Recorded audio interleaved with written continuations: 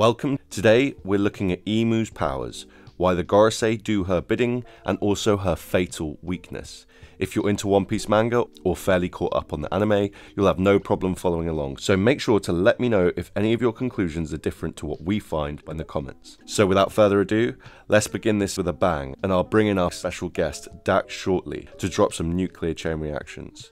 Now, over to young Usopp to bring us in with the intro track. Let's go. Come on, you gotta pick up the phone. Yeah. Hello? Yo, you home right now? Yeah. Bro, I can't breathe. This video is wild. Oh, word? It's Dan Coochie. Isn't the video out? Yes, sir. Oh, the gold. It's Dan Coochie. Yeah, he's back again. Y'all better like, comment, subscribe, and don't forget to share with your friends. Know the gang already know the vibes. These videos make you open your eyes. Trust me, they'll blow your mind. Now just kick back, relax, and unwind for the video.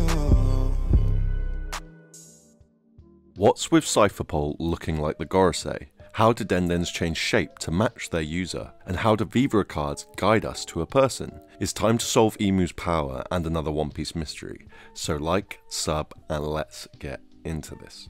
In the Mads cover story, we saw a focus on lineage factor. Each cover story showed how each Mads member utilized these blueprints of life differently. For example, Caesar used lineage factor to attempt to make ancient giants for the world government, Queen made ice onis, Judge made cyborg children, Stussy made vampires, and Vegapunk made pacifistas, etc. There are other examples, but the point is each scientist developed a different version of the same technology. So why is this important? Well, remember that energy source that Vegapunk referenced? What if I told you that every power in the One Piece world derived from that specific source? Even the Gorosei shadows from 1084. Even the mystical clouds that surround Gear 5 Luffy and awakened Lucci. Just like how Mads each had a variation of lineage factor, this power was taken and harnessed in different ways, each time giving a different result. So today we're looking at how Imu uses this power. So let's start with life return. Life return is the name of a technique explained to us by Kumadori to mean the complete control of one's own body. The name itself implies energy returning from a source to the user. The process for Haki is the process for life return in reverse. Instead of will manifesting physically, it's the physical converting into the will. So, with food for example, the person eats the food and becomes reinvigorated by it. Absorption is a life return technique and can turn a large amount of food into nutrition and vitality almost immediately. Life return includes being able to change the body's shape and its processes, even including the user's hair. The ability can be used in conjunction with a devil fruit, as we see with Lucci, who uses it to manipulate his zone forms. He's a character that went on to become awakened, which I'll touch on later. We can see a similar effect with Don Chinzhao, as he used his family's ability, Hashokan, to harden and control his Patrick-looking starfish head. Another example is Fukurokuju, who uses his big ol' earlobes as weapons and also to throw projectiles, which is similar to life return. Poorly using his ropes in combat mimics this also. Noodle Kempo is another solid candidate for working the same way as life return, using body hair to cut noodles for instance. Interestingly, he actually consumes some noodles, which I'll touch on soon. Chopper states he's heard of a similar ability to life return, named biofeedback. Biofeedback is a real-world term that also means the complete control over one's own body, to the point where you can slow your heart rate down, which is often how free diving records are achieved. Chopper is a medical chemist, and his rumble balls also can be seen to shift his zone forms, similar to how Lucci uses life return with his zone. If consuming medicine can change your form like life return, and food can too, like with Noodle Kempo, and through the life return technique absorption, then it's likely metabolism is involved. Big Mom ate Carmel and got the soul fruit, and some theorize Blackbeard ate part of Whitebeard to gain the tremor fruit, both again suggesting metabolism is relevant. If consuming something and metabolizing it changes your form, this would explain why Kaido changes state so often during the roof battle, as he's constantly consuming alcohol. Both Zoro and Odin are known to drink a lot of booze and have both themselves inflated their biceps in a very similar way to life return. If consuming alcohol can change someone's state, then it may suggest Bink Saki was some sort of medical or energy infusion that may even extend life. Did Shanks bring Whitebeard Saki to prolong his life while he was sick maybe? Let me know your thoughts in the comments.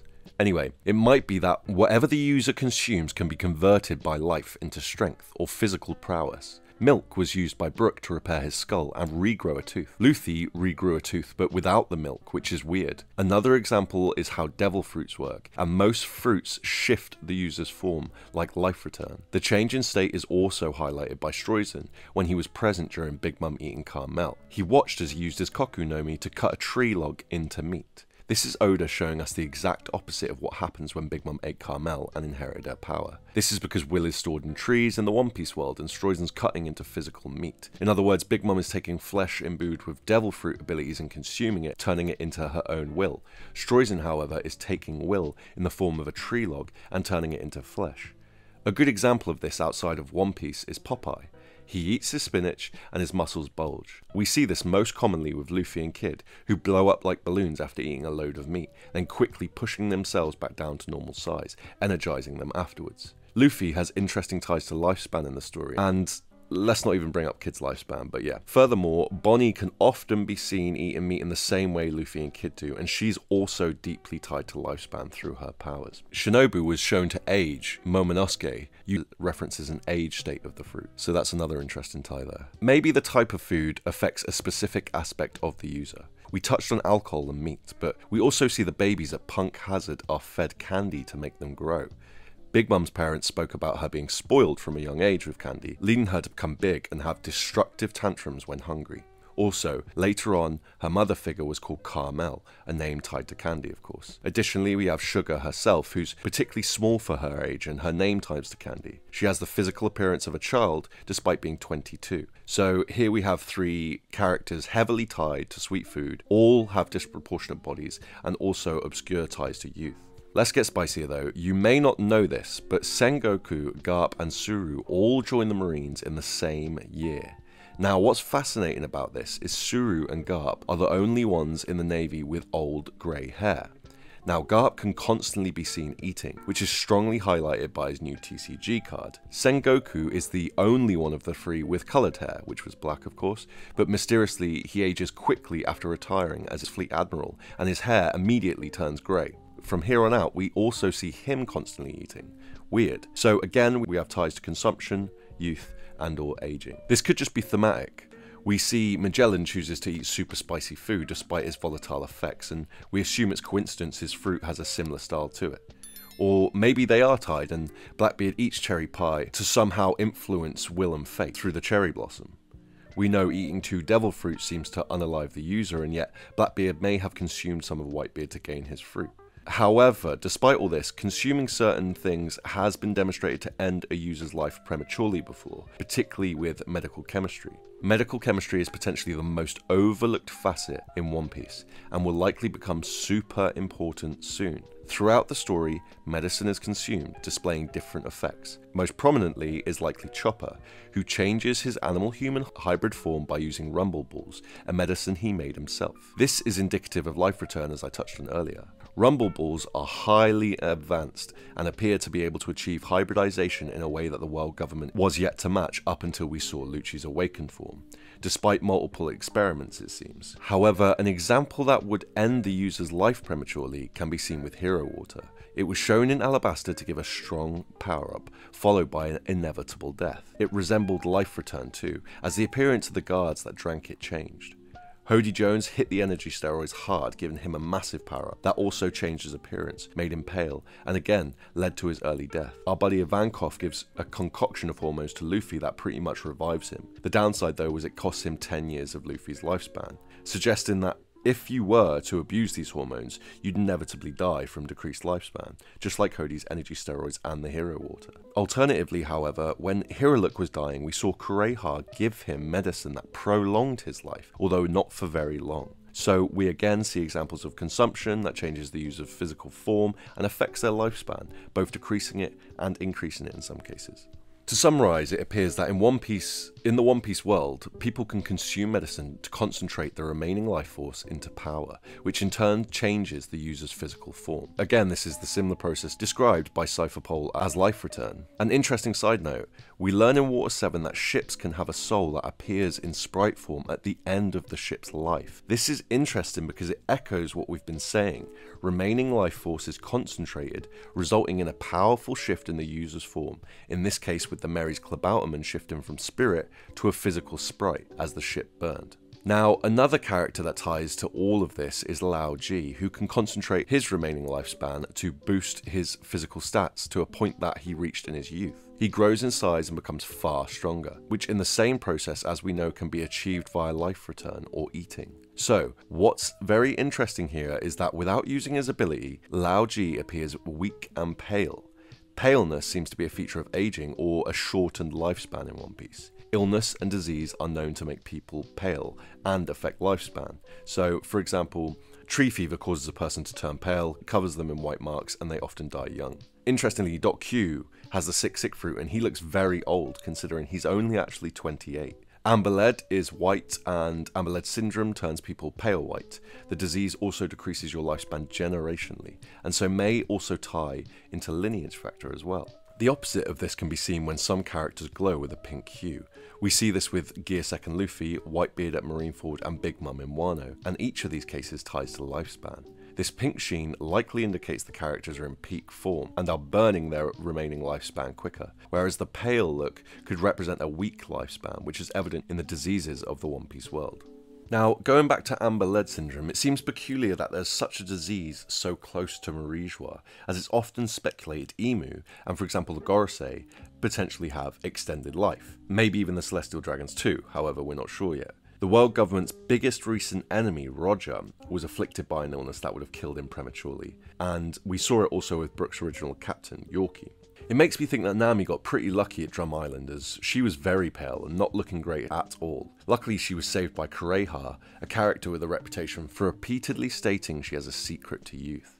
She lives in a tree, and trees have great significance in the One Piece world, for example with Ohara. Trees hold wills, and as I stated, from what we've seen, it's possible to turn energy like will into life force. So it's possible Kureha is using life return on the tree that she lived in to transmit energy to herself to keep her in her prime. The voice of all things and breath of all things both suggest all things contain some form of will or energy or voice or breath. Vegapunk's ancient energy source he referred to is likely from this same source, so will or the voice of all things or something around that.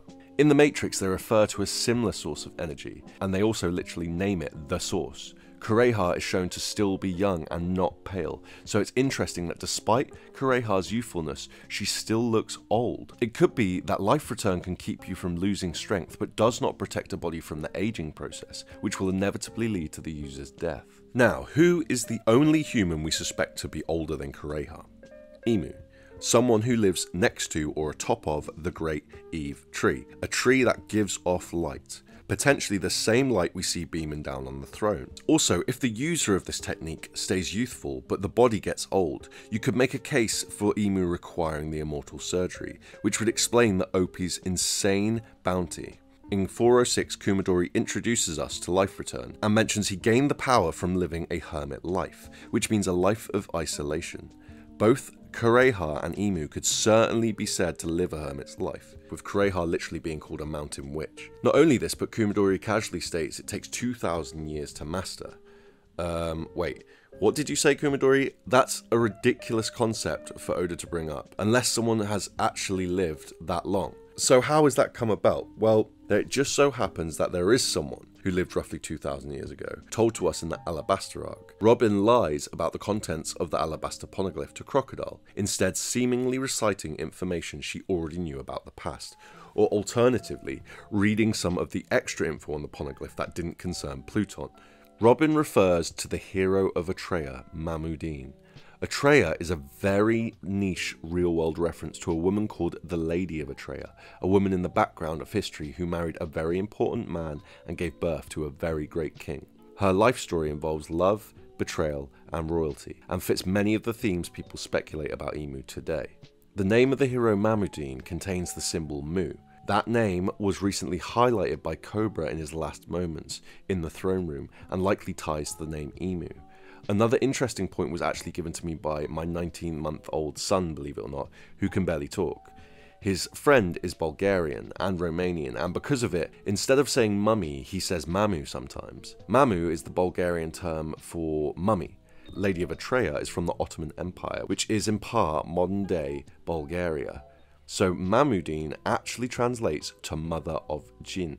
Jin describes a spirit that can influence the living, so Mamudin literally can translate as mother of influential spirit. So maybe Imu is actually the child of the hero of a trail, or the hero herself, Mamudin, and she can possibly influence the spirit or life force of others. Kumadori was a member of Cypherpole, and Cypherpole is a group that partly makes up the Celestial Dragon's true strength, allowing them to even know about secret taboos. Some members of Cypherpole also have relatives that are also in Cypherpole. This could indicate that they might have a particular lineage factor there. CP9 members are also seen with a solid grasp of life return. What's crazy though is Cypherpole eventually fled the world government after their defeat from Luffy. They went to what seems to be a secret location with overgrown ruins. Later, they were found by the Navy in the cover of 522, looking eerily similar to what we see with the Gorosei in 1084. We can see their animalistic silhouetted forms, but we know that they don't look like that usually, just like the Gorosei. They're potentially using life return to shift their shape, as Lucci was shown to do so. They have the same eyes as we saw with the Gorosei too. So when the Gorosei go crazy in 1084, is life return also being used in some way to control their forms? That's the question. And if so, is their lifespan affected like the examples I made earlier? It's even possible Cypherpole 9 was traced back to their hidden spot where they were hiding out through a similar technique as well. A clue to this can be again found in Kumadori controlling his hair with life return, which is actually more spicy than it might seem. And the thing about all of this is that the importance of hair in One Piece just cannot be understated. It's one of Oda's biggest symbols of individuality, so much so that it's one of the most common things that Luffy uses to give nicknames with, like calling Bartolomeo Rooster, thinking Marco looks like a pineapple, and even calling Foxy Two-Piece Head, which is one of the many reasons that I believe the One Piece to be an afro, since Luffy called Foxy that while wearing one, making him the One Piece Head. This layer of individuality that hairstyles tend to give could tie into the fact that Viver cards are able to seek out the specific person that they came from, almost like it ties directly to the soul. I mean, Brook's afro is the only thing that will signify his return to Laboon, since he has nothing but bones now. And this is a person who transcended death with just the power of his soul and his devil fruit. So when we talk about Viver cards, which can essentially take your fingernail clipping and not only detect your location, but also the status of your soul, then we need to just accept the fact that hair, or keratin at the very least, and souls are deeply connected in some major way. And I know my boy Denden has been cooking about life return this whole video, and what better person is there to learn about that than from the guy whose life literally returned after death? Now that might seem just like a joke, especially since Brook hasn't actually used life return before, but that's the thing. He sort of has used it before because he's moving an entire body around when it really shouldn't. If we think Kumadori using his hair individually is impressive, well, Brook is over here busy operating an entire skeleton. There's undoubtedly some important connection to be made between hair, souls, Viver cards, and life return, which sets up the afro to yet again shine as one of Oda's most underrated story elements. But that's enough from me, so let's go ahead and get back into the video. Denden Mushis also translate a signal over extremely long distances and demonstrate life return by changing their body shape to match their user. We also know these transmissions can be hacked, as we saw with Greenbull in Wano, or traced, as we saw with Sabo on Lalesia. In other words, if Cypherpole used life return to change their shape, or if this power was somehow given to them by Imu, it could be that they are bound somehow, despite the long distance, and thus can be tracked and traced, similar to a Vivre card's source. The above suggests that Imu could potentially be transmitting or using life return on other subjects too. This could be why every member of the Gorosei in Cypherpole 9 show this ability to turn into silhouette beasts potentially. To make this easier to understand, here's a wildly similar parallel from another piece of media. For those who aren't familiar with Lord of the Rings, there are these 9 humans that were each given a powerful magic ring. These were known as wraiths. The rings gave the humans extended life, but also secretly bound the humans' lives to the maker of the rings.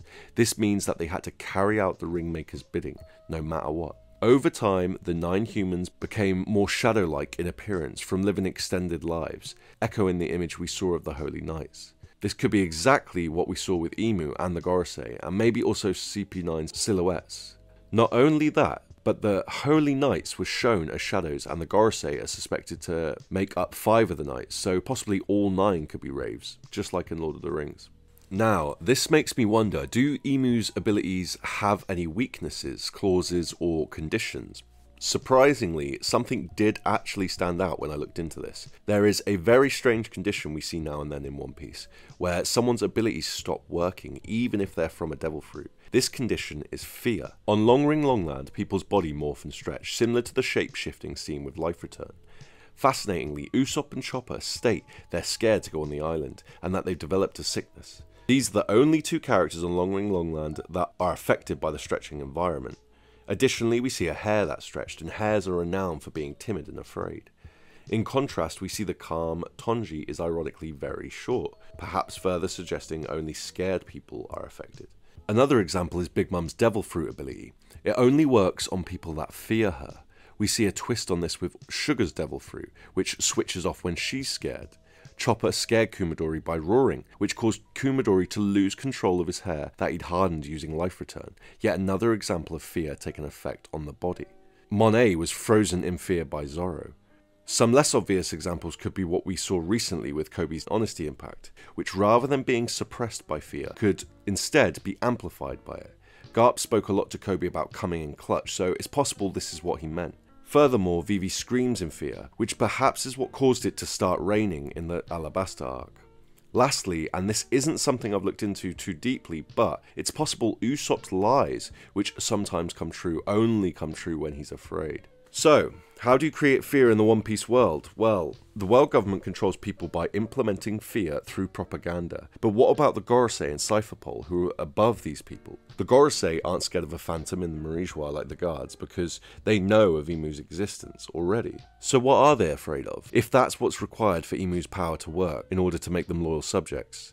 Well, I think it's possible Imu might have the fear fruit, or definitely some intense fear ability. Smiling in the face of death would be the antithesis of this power, making the D-Clan members Imu's natural enemy. Luffy himself, particularly in Gear 5, is the ultimate example of Life Return. As Luffy died, Luffy's life was returned to him, and then he could change into any form, not just his own. So he does make a perfect antithesis. Anyway, in conclusion, I think that Imu is using the power of the Eve Tree to essentially transmit energy into some of her subjects, such as the Gorosei. By doing this, she can keep them sustained in their prime for decades, as well as giving them the ability to better control their hybrid forms. It's possible Imu has been getting better at these techniques over the past 2 millennia, and is finally now at a point of mastery, which might even mean Imu can actually prevent the body from aging like Kureha can't. This would explain why the Gorosei look identical to what they appeared as over 20 years ago at the Ohara incident. It would also work for Sengoku's seemingly random sudden age spurt after his retirement.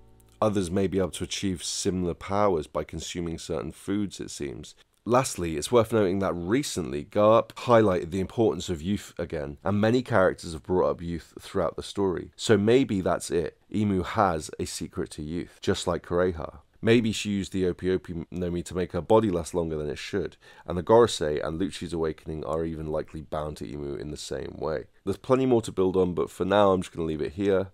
Thanks for making it this far. You've just won a free Noodle Kempo shaving kit. Let me know where you need it to be delivered. Thanks to Dak as always. Much love to TLA.